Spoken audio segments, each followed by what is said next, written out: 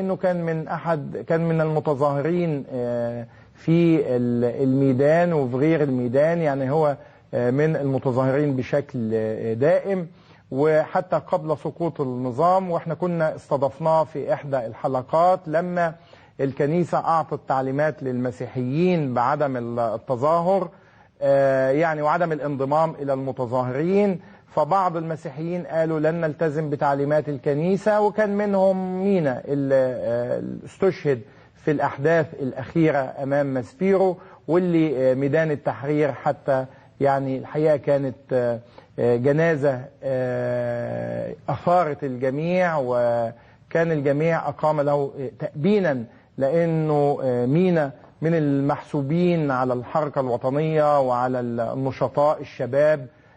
وعشان كده تعالوا نشوف، كنا سجلنا معاه لما قال أنا مش هلتزم بموقف الكنيسة بمنع بعض المسيحيين من التظاهر وهنزل للمظاهرات. تعالوا نشوف.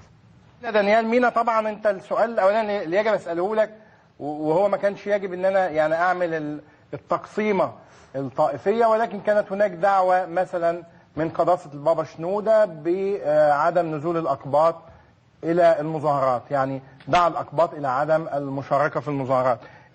لماذا لم تستجب اليها مثلا؟ هي الكنيسه بالنسبه لي تعني المؤسسه الروحيه فقط لا غير. يعني ليست مؤسسه سياسيه تعطيك تعليمات.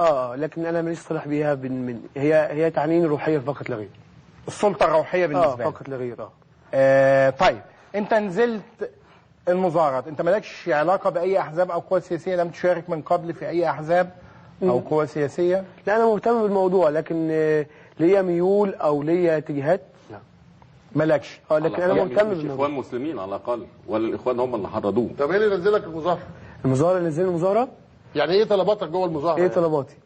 طلباتي ان انا دلوقتي سن 22 سنه، بقى لي 4 سنين مخلص اثار، دبلوم اثار، هي مدرسه وحيده على مستوى الجمهوريه، المفروض ان انا ماضي عقد 5 سنين ان انا اشتغل في هيئه الاثار، لغايه دلوقتي ما اشتغلتش. كملت بعد ما خلصت، وكملت في كليه في جامعه خاصه في كليه تجاره وخلصت، لغايه دلوقتي ما اشتغلتش.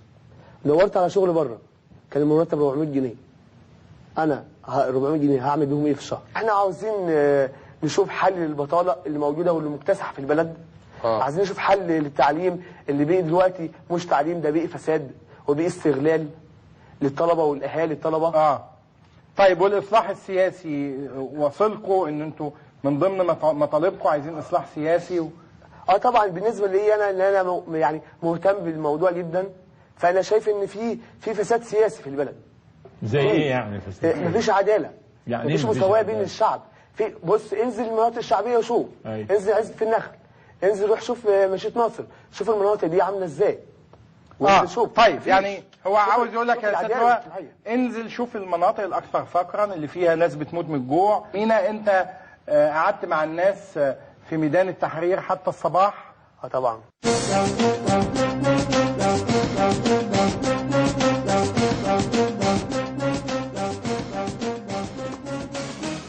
ده لقاء سابق مع مينا دانيال، اللي زي ما قلت انه كان تأبين ميدان التحرير له يعني اخذ شكلا مختلفا تماما، لانه من المتظاهرين بحماس شديد، وزي ما قلت انه ميدان التحرير لم يفرق بين مسلم ومسيحي، وعشان كده كان الاحتفاء بتأبين وبإقامة حتى جنازة مختلفة لمينا يعني أخذ شكلا ثوريا.